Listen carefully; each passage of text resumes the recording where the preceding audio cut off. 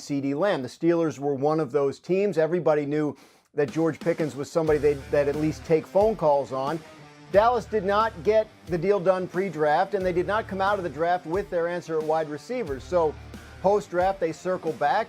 They were willing to offer a little bit more, maybe go from a fourth-round pick up to a third-round pick, and that was good enough for the Steelers. And now the Cowboys come away with one of their offseason priorities finally filled, which was to get that strong number 2 wide receiver behind CeeDee Lamb. Okay, so good for the Cowboys, but there's been a lot of conversation about why the Steelers would want to do this. What do you know about why the Steelers would part ways with Pickens in this moment? Sure. I mean, he's been productive. He just turned 24. It seems a little odd, but think about it. Beginning of the offseason, they traded for DK Metcalf and gave him a big new contract extension that pays him in excess of $30 million a year. George Pickens has 1 year left on his contract at about $4 million a year, but like most people who have 1 year left on their deal, he'd like a new one. And the Steelers got to a point where they felt like they were not going to be willing to extend him at the compensation level that he was looking for. So the decision is to get what you can get now and move on with DK Metcalf and then a few other guys that they have on their roster supplementing him instead of having a sort of potentially disgruntled wide receiver behind Metcalf who wants a new contract and wasn't getting one. Okay, so you mentioned the things that they do have on offense. The one big question mark is whether or not Aaron Rodgers is going to be playing for the Steelers. How might this impact the Aaron Rodgers situation in Pittsburgh?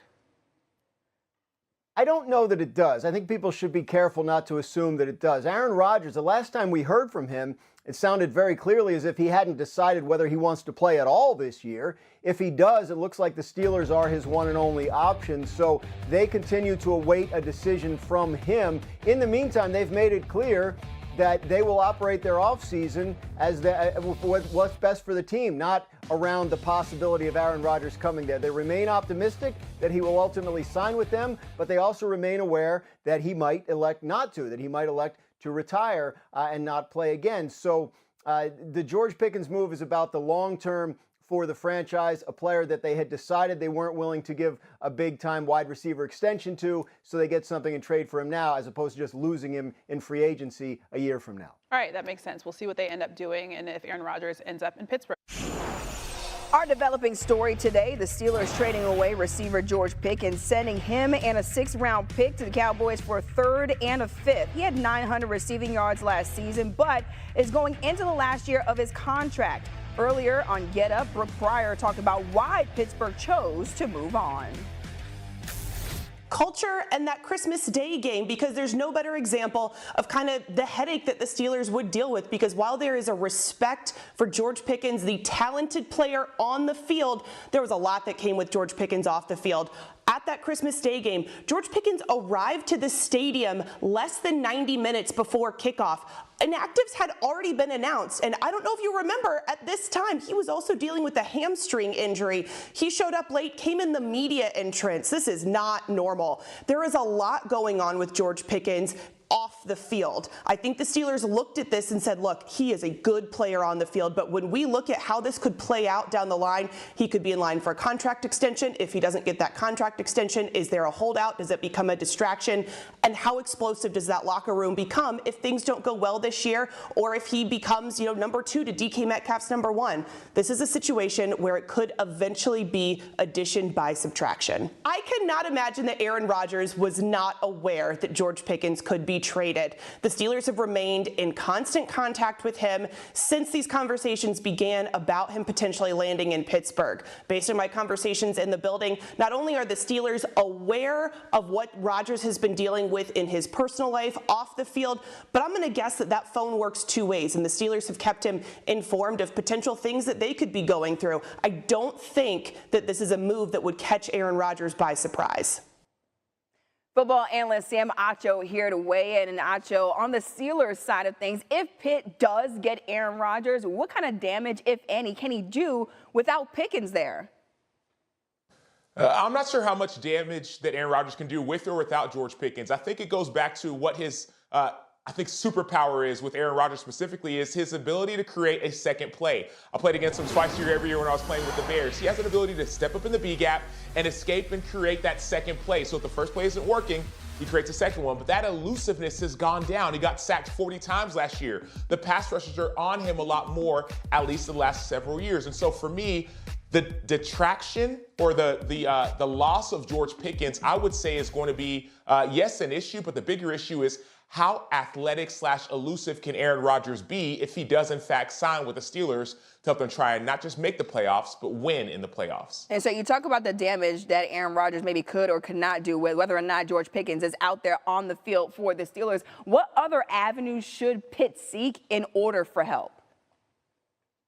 I think Keenan Allen's a great avenue. Keenan Allen was with the Bears last year, one of the trio of wide receivers with him, Rome Odunze, DJ Moore, and now he's a free agent. So Keenan Allen, who's a veteran, who year after year after year after year would go for over 1,000 yards, is a great addition to DK Metcalf. You know he's going to be consistent. For the most part, he's going to be healthy and reliable, and that's going to be a huge help for whoever plays quarterback for the Pittsburgh Steelers. And so when you have a player of the caliber of Keenan Allen, who's a free agent at this time, I think it's a perfect fit and perfect addition for this Pittsburgh Steelers offense. So let's look at the other side of this equation. What's the Cowboys ceiling now with the addition of George Pickens? See, I don't think it's changed very much. I know there's a lot of talk and excitement about George Pickens, but the question is, what level of maturity, what level of play will you get from George Pickens? Talent is not the issue when it comes to George Pickens. He's extremely talented, but there are these issues of will he show up when it's game time, both figuratively and literally. We just heard Brooke Pryor talk about him showing up 90 minutes before kickoff. And yes, I understand an injury, but there are games where you're wondering, man, when will the George Pickens that you see shine actually show up? And so that's going to be the question.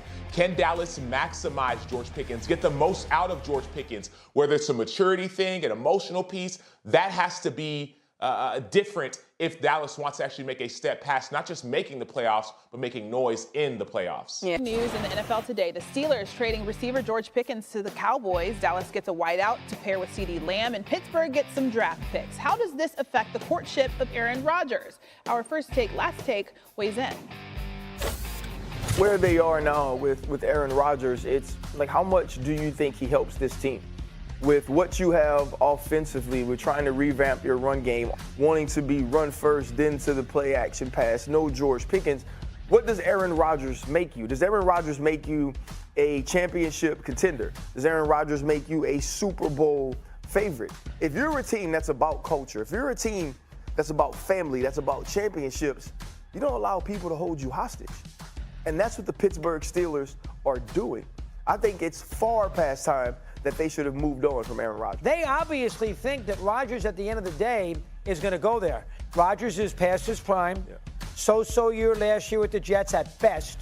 And where are they going to go if Rodgers is the quarterback? They're not winning a Super Bowl. I'm not as down on Aaron Rodgers as most people are. I know that I am in the minority. I understand that. I'm thinking about what the Steelers had the last 2 years with Big Ben Roethlisberger and what they've had, since. And then I'm also asking myself, well, if y'all feel that way about it, what the hell did you let both Russell Wilson and Justin Fields go? We have to at least say to ourselves, no matter what we think of Aaron Rodgers, we know he's better than what you got. I don't think that you can go out there with Mason Rudolph and Skylar Thompson and Will Howard as your quarterback room. I just don't think so. Looking at how the odds have shifted after the Pickens trade, the Steelers' odds to make the playoffs get slightly worse while it gets slightly better for the Cowboys. DK Metcalf's receiving yards prop increased 75 yards, and Pickens' prop is set for 800.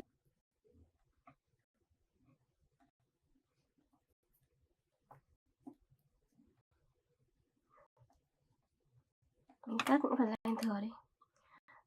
Rồi bây giờ sẽ móc tiếp một cái hàng nữa cũng bằng cái màu cam này.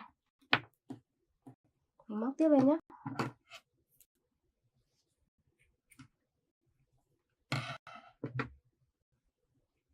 Đây bây giờ sẽ móc tiếp lên.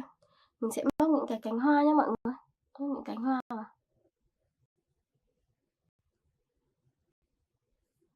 Đây móc vào đây. Mọi người cứ móc lên 3 lần lên là được một cánh hoa nhé. Đây, lần nữa này.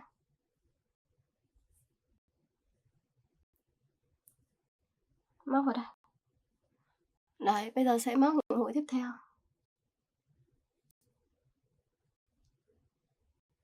Móc nối vào đây nhé.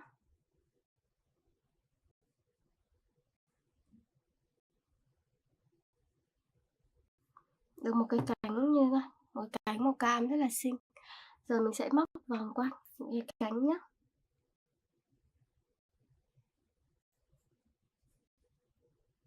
Đây, móc tiếp vào này.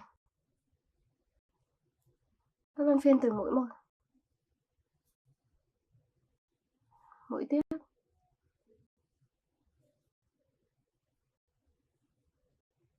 Mũi tiếp theo nữa này. Cứ lần lượt như thế này là được.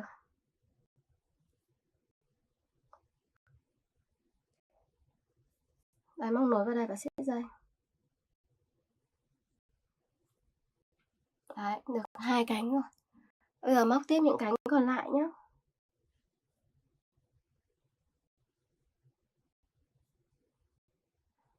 Móc xuống này.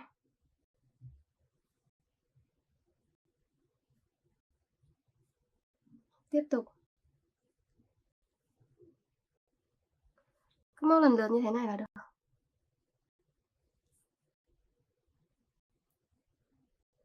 Đấy, cứ từng mũi. Tiếp tục móc xuống nhé.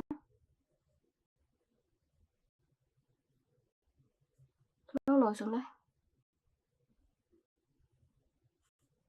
Đấy, được 3 cánh màu cam rồi. Mình gỡ thêm len để dùng nhé.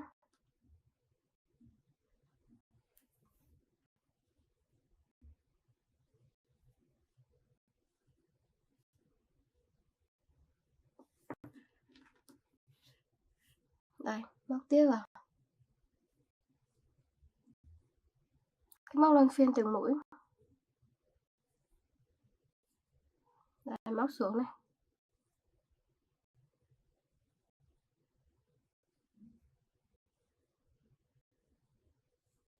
Mũi nữa này.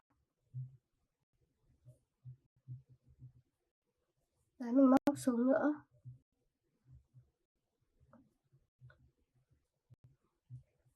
Móc nối xuống đây.